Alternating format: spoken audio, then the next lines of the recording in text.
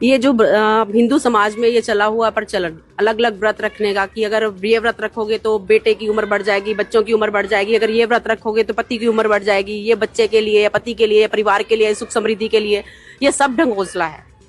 क्योंकि मैं खुद का एक्सपीरियंस बताती हूँ। मेरी शादी से पहले मेरे ताया जी की बेटी थी, वो क्या व्रत नहीं करती थी, हर साल व्रत रखती। उसके पति की लाश करवा चौथ वाले दिन घर पर आई और उसका दाह संस्कार भी करवा चौथ वाले दिन हुआ। वही दिन, अब मैंने परमात्मा से नाम नहीं ले रखा था, मैं हर प्रकार की भक्ति करती थी, हर तरह के चली से जो भी है हर तरह का जाप करना मेरा मतलब नित्य का काम था ये।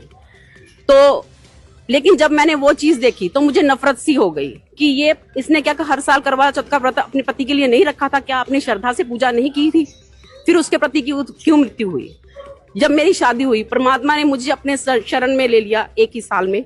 तो मैंने कभी भी कोई एक साल में जरूर व्रत रखा, वो भी मतलब मन से नहीं, एक सामाजिक की तरह से, लेकिन मैंने आज तक कभी कोई व्रत नहीं रखा। मुझे परमात्मा की इतनी कृपा मेरे ऊपर हुई है कि मुझे व्रत रखने की जरूरत ही नहीं पड़ी। लेकिन मेरे घर में कोई भी, और दूसरी बात, जब मैं इस घर में आई तो मेरे घर में परमात्मा से नाम दीक्षा लेने का कारण बताया गया था कि हमारे घर में लगातार मृत्यु हो रही थी। जैसे पहले मेरे जेठ, उनको करंट लगने से मृत्यु हो गई, वो जवान थे, शैलर में काम करते थे। उसके बाद मेरी सिस्टर इन लॉ है, उनके हस्बैंड की डेथ हो गई कुछ ही मतलब फर्क के साथ। तो हमारे घर में फिर इनके चाचा जी के बेटे की डेथ हो गई। हमारे घर में ये सिलसिला चल पड़ा कि हर साल किसी ना किसी की मृत्यु होनी ही होनी है।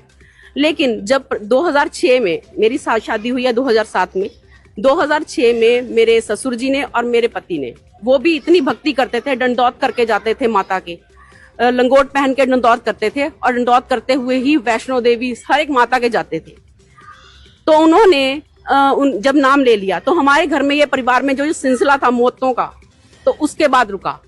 सबसे बड़ा जीवन दान होता है जो हमें परमात्मा ने दिया, आध्यात्मिक ज्ञान दिया, जीवन दान दिया। संत रामपाल जी महाराज जी के कृपा से ही ये सारा कुछ हमारे परिवार में हुआ।